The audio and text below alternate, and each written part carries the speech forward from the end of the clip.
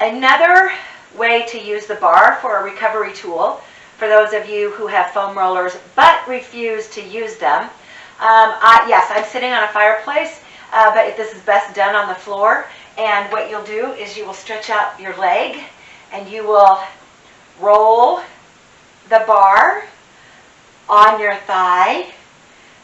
You can control the pressure. You can also stay on a spot if you found that you have a knot. You can also get over here towards your IT band that a lot of you will not do on the foam roller.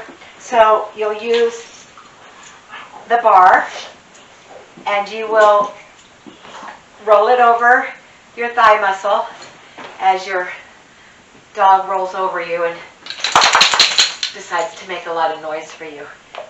So make sure you do both legs. Roll gently, slowly, so that you can find the knots. And then when you do find a knot, you need to kind of stay on that, release some pressure, and do more for your recovery. That's my goal for you this week. Okay, 1, 2, 3, 4. What's another recovery?